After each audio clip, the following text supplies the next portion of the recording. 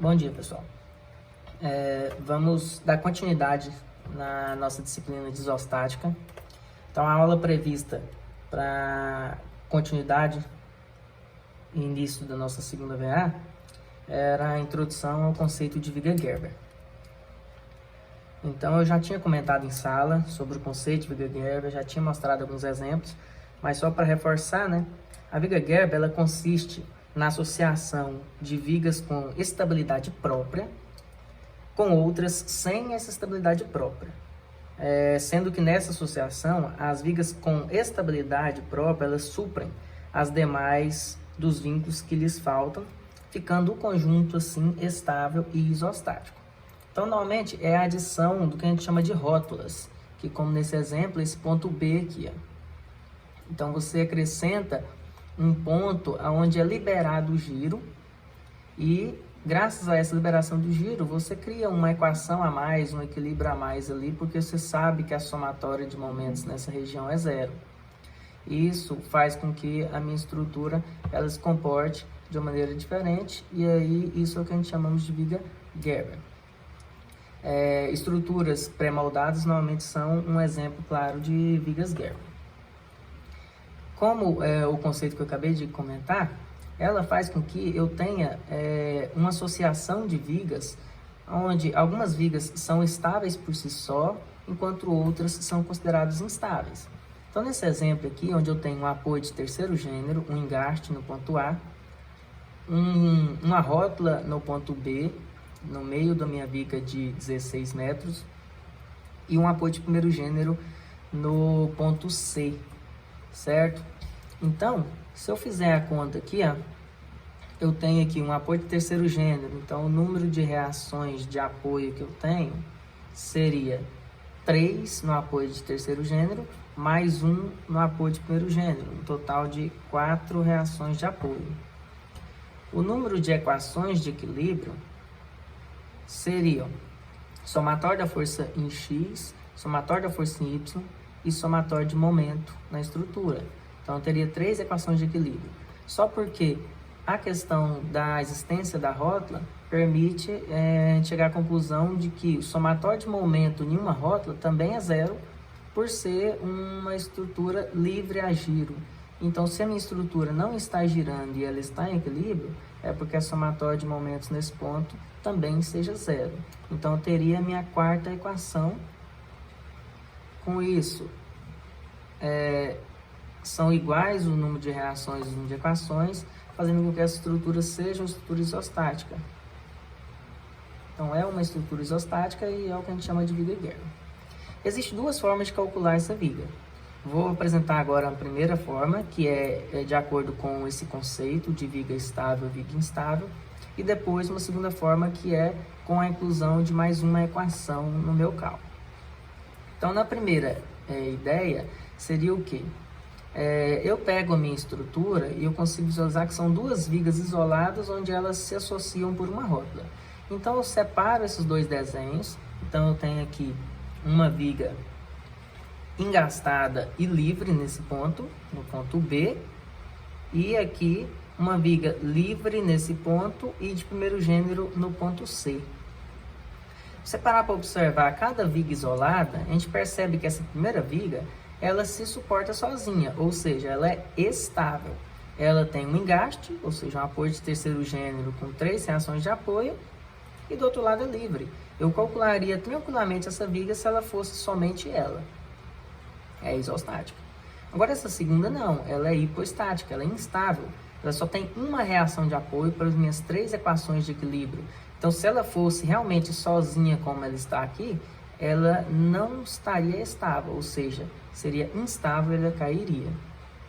Então, essa viga como um conjunto, uma associação de mais de uma viga, ela é estável, ela é isostática, porque as estruturas instáveis, elas se apoiam nas estruturas estáveis. Então, se aqui eu tenho uma estrutura estável, essa aqui é uma estrutura instável, uma suporta a outra. Então, nesse método aqui, você realmente tem que seguir esse princípio. Se essa estrutura ela necessita da viga AB para estar de forma estável, em equilíbrio, Então, você vai colocar ela por cima da outra viga, o apoio dela em cima da AB. Com isso, você tem que criar um vínculo aqui fictício. Então, para essa estrutura ser estável, ela transfere para essa outra estrutura duas reações de apoio, porque eu preciso de um apoio de segundo gênero aqui para que essa estrutura esteja em equilíbrio, uma viga biapoiada. Então, você cria esse apoio virtual, um apoio fictício, para que eu consiga calcular aqui as reações de apoio dela. O valor de uma VB e o valor HB. Mas se é fictício, não existe, por que eu faço isso?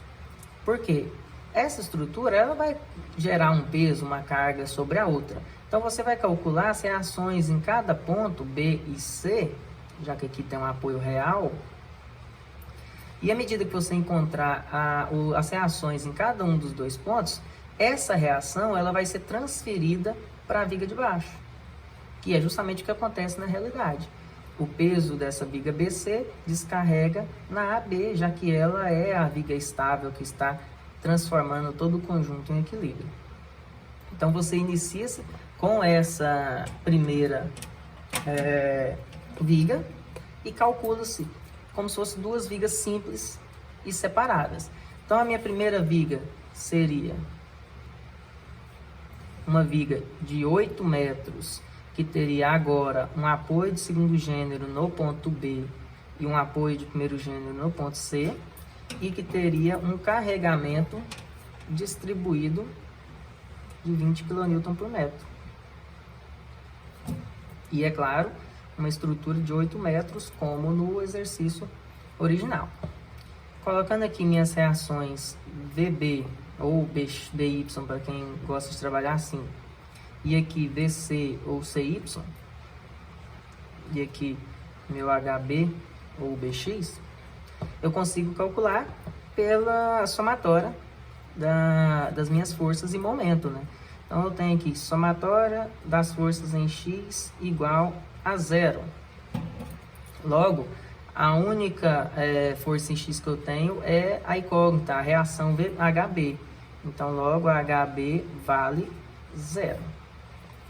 Agora, quando eu fizer minha somatória de força em Y igual a 0, nota-se que ao somar VB mais o VC, que são duas incógnitas para cima, esse total tem que me dar o valor total da resultante aqui, ó, dessa distribuída. A resultante total distribuída, ela se encontra no centro geométrico, né, no centroide da minha distribuída, que é de 20 vezes 8, 160. Então, VB mais VC é igual a 160 kN. Para determinar aqui quanto é referente a cada um, né, eu tenho o somatório de momento, vamos supor, no ponto B igual a 0. Anti-horário como positivo, nossa convenção. Então, fazendo essa análise, em torno de B, eu teria o 160 aqui, ó, que gira em torno do ponto B no sentido horário, né? Então, eu tenho menos 160 vezes 4, mais o VC, que já gira aqui, ó, no sentido anti-horário, em torno do ponto B, a uma distância total de 8 metros. Logo, eu tenho mais 8 VB igual a 0. Então, o valor do VB daria 80 kN. Certo? Passa para lá 160 vezes 4, 640, dividido por 8, 80 kN. Posso voltar na minha expressão de cima e falar que o VC, né? VC também é igual a 80, porque eu passo 80 subtraindo do 160.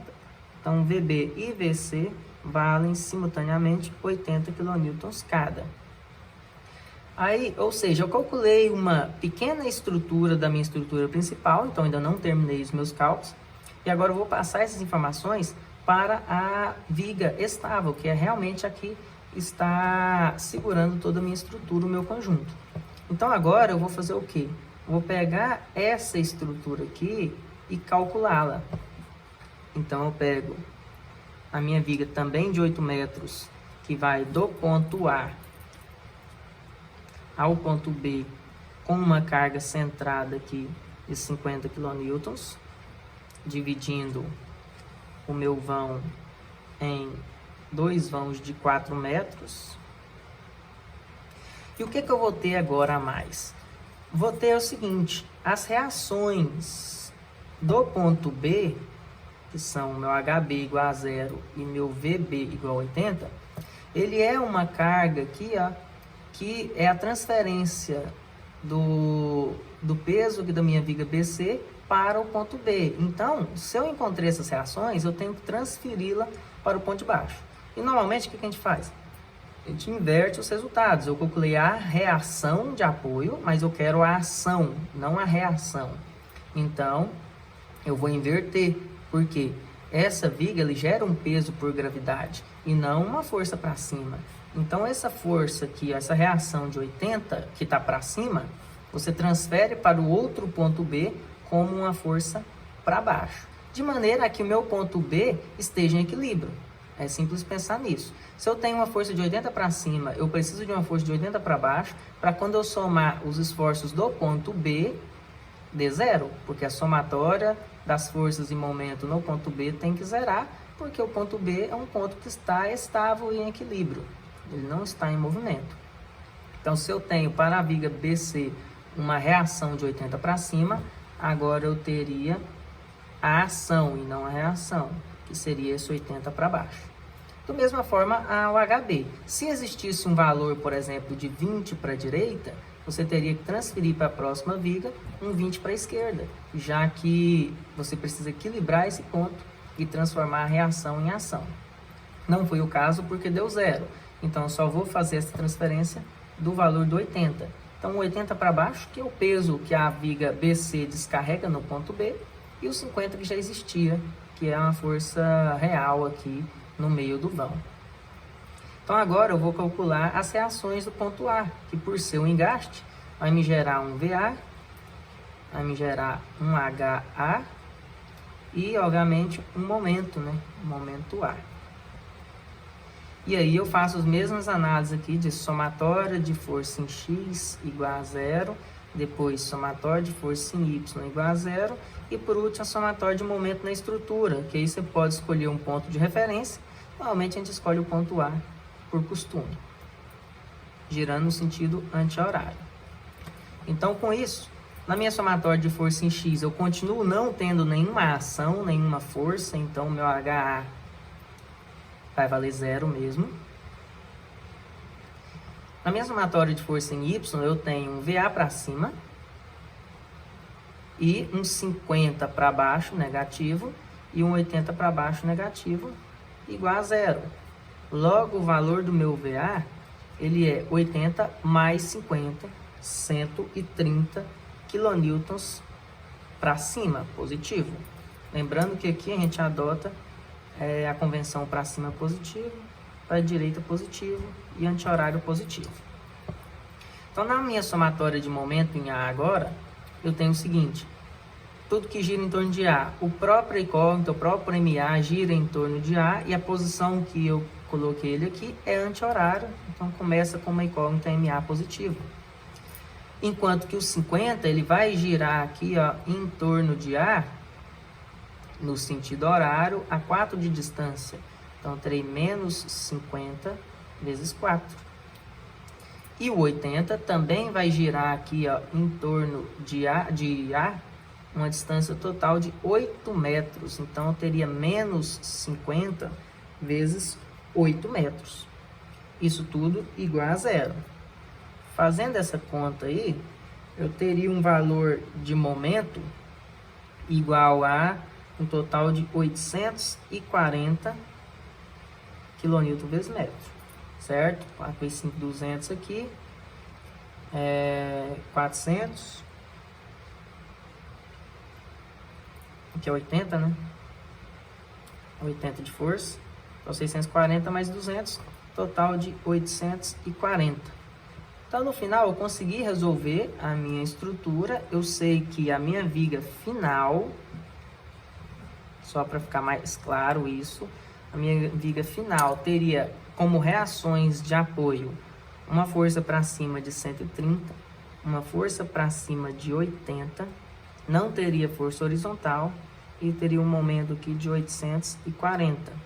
Lembrando que as ações eram uma força de 50 para baixo e uma distribuída de 20 em 8 metros, que resultava aqui, ó, em 160 de resultante. Se você parar para conferir, eu tenho aqui, ó, 210 para baixo, 210 para cima. Então, realmente, eu consegui encontrar os meus valores. Aí, as reações, por exemplo, VB e HB, não são reações reais, porque o ponto B não tem apoio. Se não tem apoio, como teria reação de apoio? Então, isso aqui foi só uma reação de apoio virtual para um apoio virtual criado com o intuito de transferir essa carga para que eu possa encontrar as reações finais, certo? Então, esse é o primeiro método, um método de viga Gerber, onde você vai desassociar os conjuntos de vigas que venham a ter. Se for uma estrutura com duas rótulas, que é comum também, você separaria. Tem uma rótula aqui e uma aqui no centro, teríamos 3 vigas, uma viga AB, uma B até na outra rótula criada e outra da rótula criada até o ponto C. E aí, das 3 vigas, você analisaria qual era estável, quais eram instáveis. Tem condições de ter várias instáveis e só uma é estável, por exemplo. E você calcularia as instáveis primeiro, descarregando uma sobre a outra até chegar à viga estável final, para que você consiga transferir corretamente essas cargas. Porém, existe a segunda forma, que é uma forma muitos consideram como mais fácil, porque é como a gente já estava trabalhando com vigas normais, sem ser vigas Gerbers, apenas com a inclusão de uma equação a mais. Se a gente analisou aqui que na rótula a somatória de momento é zero, porque é livre ao giro e não está girando, isso deduz que a somatória de todos os momentos aqui, eles se zeram. Então, vocês só criariam uma equação a mais das que vocês já estão acostumados a fazer. Então, vamos repetir essa viga aqui agora com esse outro método, para que vocês tenham essas duas opções de trabalho. Então, repetindo aqui, vou refazê-la aqui no verso, fica mais fácil a gente continuar o exercício. Então, eu teria aqui, ó, os primeiros 8 metros, os segundos 8 metros, com a força de 50 aqui no centro e uma distribuída de 20 aqui na outra metade da viga, A, B, C, com as medidas que a gente já trabalhou anteriormente, 4 metros, 4 metros e 8 metros, certo? O que a gente faria aqui agora? Não separaria a viga em duas e analisaria o conjunto completo, lembrando que agora eu vou ter somatória de força em x igual a 0, depois somatória de força em y igual a 0, eu teria a somatória de momento no ponto A, por exemplo, igual a 0, que são as 3 equações que a gente já está acostumado a trabalhar nas diversas vigas isostáticas, porém, teria a inclusão de uma somatória de momento na rótula igual a 0. É claro que existe todo um conjunto de cálculos, eu poderia fazer na rótula 2 vezes, olhando para um lado e para o outro, isso aí a gente vai discutindo nos próximos exercícios. Mas eu vou fazer só um exemplo aqui simples de como resolver essa viga nesse método. Segunda coisa, essa ordem também pode ser escolhida a critério de vocês, não precisa fazer nessa exata ordem. Tanto é que eu vou fazer aqui a somatória das forças primeiro, só para a gente ter uma equação de forças, e depois, quando analisa o momento, eu aconselho começar com o momento na rótula, porque com esse cálculo você já vai encontrar resultados de algumas reações. E aí, essa, como é um conjunto completo, ficaria para o final, onde você já incluiria só aquelas incógnitas que ainda não descobriu. Então, vamos lá. Aqui eu tenho as reações, né? VA. Aqui tem VC. Valor de HA e MA, que é justamente as 4 reações que a gente tem para minhas 4 equações isostáticas. Então, agora eu posso fazer o cálculo dessa forma. Então, na minha primeira conta aqui de somatório de força em X, eu analisaria de forma geral. Nessa viga foi fácil a gente identificar tanto no outro método como nesse aqui agora, que não tem nenhuma força, nenhuma ação, então o meu HA vale 0. Que é a minha primeira das 4 reações que eu tenho que encontrar. Na somatória de força em Y, eu sei agora que o VA mais o VC, então VA mais o VC, menos o 50, que é uma força para baixo, e menos aquela resultante de 160 que eu tenho aqui, ó, é igual a 0. Então, o VA mais o VC juntos me daria um total de 210 kN, que é o que a gente comentou no final do outro exercício. Aquela soma das minhas reações deu igual a das minhas ações, que era 210 no total. Então, por esse método, você já fica com isso já previsto. E agora, na somatória de momento, por que eu teria que criar uma equação a mais? Porque se eu for fazer somatória de momento em A agora, eu iria ficar em função de um MA, ia ficar em função de um VC vezes 16 metros de distância. Ou seja, eu teria uma expressão só com duas incógnitas e eu não conseguiria desenvolver mais o meu cálculo. Já com a adição de uma equação onde comprova que a somatória de momento na rótula B é 0, eu consigo fazer um novo cálculo. E como seria esse cálculo? Se você sabe que aqui na rótula é 0, ou seja, essa peça não está girando porque ela está em equilíbrio, bem como esse outro lado da rótula também não está girando porque está em equilíbrio, imagina aqui, ó, você tem uma estrutura qualquer com uma carga aplicada aqui de 50. Ela está em equilíbrio porque eu tenho um engaste, mas se eu colocasse uma rótula aqui agora, essa peça já iria cair. Então, essa continuaria em equilíbrio, porém essa seria instável, porque ela estaria girando, a somatória de momento desse lado não seria 0, e aí ela estaria instável e estaria em movimento. Mas essa estrutura, ela está estável, ela está em equilíbrio, ela não está girando. Então, mesmo com a aplicação de uma carga aqui, eu tenho uma reação que, com certeza, quando eu fizer o momento dela em torno da rótula, em função desse outro também em torno da rótula, esse conjunto vai dar 0, porque a minha viga não está nem subindo e nem descendo, ela está em equilíbrio. Então, com isso, quando você tem uma rótula, você pode cortar aqui, ó, na rótula e escolher qualquer um dos dois lados para fazer o cálculo, porque eu tenho certeza absoluta que esse lado está equilibrado, bem como esse outro lado também. Nesses dois casos nossos, é mais fácil olhar para o lado direito, porque olhando para esse lado, eu já vou encontrar minha única incógnita desse lado direito, que é o meu VC. Se eu olhar para o lado esquerdo, ficaria em função de VA e de MA. Então, eu teria uma expressão com duas incógnitas, eu teria que terminar o cálculo desse para montar um sistema. Então, eu não vou procurar dificuldades com esse sistema. Então, você escolha o lado que achar que é mais fácil, que tem menos incógnitas para determinar. Então, esse somatório de momento na rótula vai ser para o lado direito. Então, fazendo essa análise, olhando para o lado direito, o que gira em torno do ponto B? Então, se eu parar para pensar aqui agora, eu tenho esse aqui, ó. Eu tenho o lado B, onde tem um 160 aqui, e aqui tem um VC. E aqui é o meu ponto B. Então, o 160, ele gira em torno do ponto B aqui, ó, no sentido horário, bem como o VC gira aqui em torno do ponto B no sentido anti-horário. Logo, eu tenho a seguinte conta. Menos, porque é horário, 160 vezes 4 metros de distância, mais o sentido anti-horário, 8 de distância, vezes a incógnita VC. E eu sei que isso tem que me dar 0 pelo fato do que eu já expliquei. Essa peça não está movimentando-se nem no sentido anti-horário, nem no sentido horário, porque ela está em equilíbrio. Com isso, esses dois momentos têm que se equilibrar entre si. Então, passando esse valor para lá, eu teria 8VC igual a 160 vezes 4. Logo, o VC daria um valor de 80 kN. Tá aí o mesmo valor encontrado no outro método. Aí eu posso voltar já aqui e já encontrar que o valor do VA seria 210 menos o valor do VC. Então, o VA seria 130 kN, também confirmando o outro método.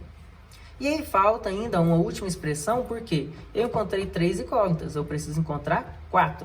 Então, eu preciso de 4 expressões. O que eu tinha dito antes, sobre o que a gente vai acostumando depois com o tempo, eu poderia talvez não fazer esse somatório de momento em A, e fazer de novo na rótula, só que olhando para o lado esquerdo agora. Que eu olharia para esse lado, eu já tenho um valor de VA já calculado, o HA vale 0, e aí descobriria o MA da mesma forma. Como eu posso fazer agora um conjunto completo, porque eu também conheço o VC, conheço o VA, só me falta o MA. Então fica a critério de vocês.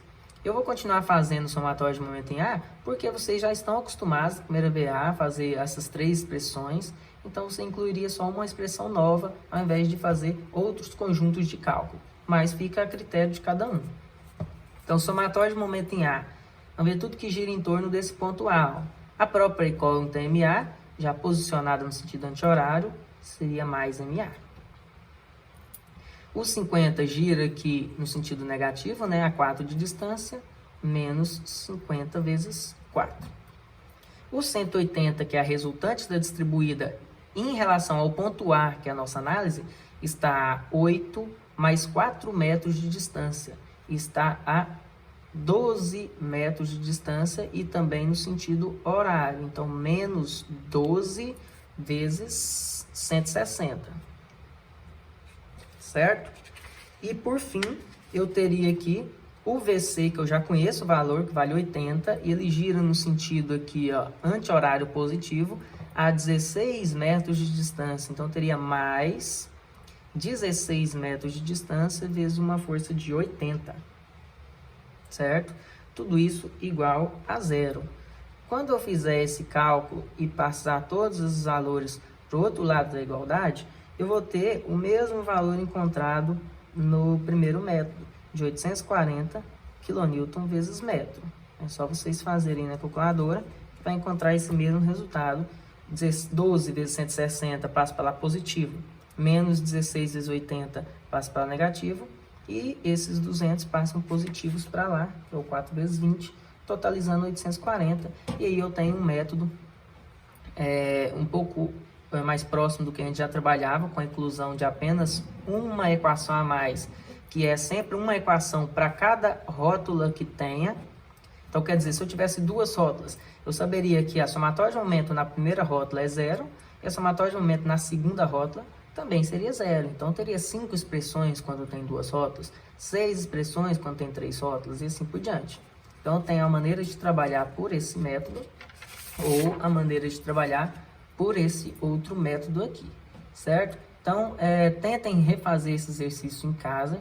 Eu vou passar uma lista de algumas vigas Gerbers para vocês tentarem sozinho, e possivelmente eu vou fazer mais um vídeo de uma outra com 2 rótulas, para que a gente possa fazer esse mesmo procedimento, tanto por um método quanto por outro. No começo agora eu vou cobrar as respostas pelos 2 métodos para que vocês acostumem com os 2, mas depois eu vou deixar livre a escolha de cada um. Quem gostou desse primeiro método, utilize. Quem gostou do segundo método, utilize o segundo método. Lembrando que o segundo método ali, que é aumentar a quantidade de expressões, é o método mais comum, principalmente quando a gente for trabalhar com pórticos que normalmente vão ter também rótulas nas ligações entre pilares e vigas, por exemplo, certo? Então, obrigado, e aí façam a lista para a gente poder discutir isso lá na nossa plataforma AVA da FASEC.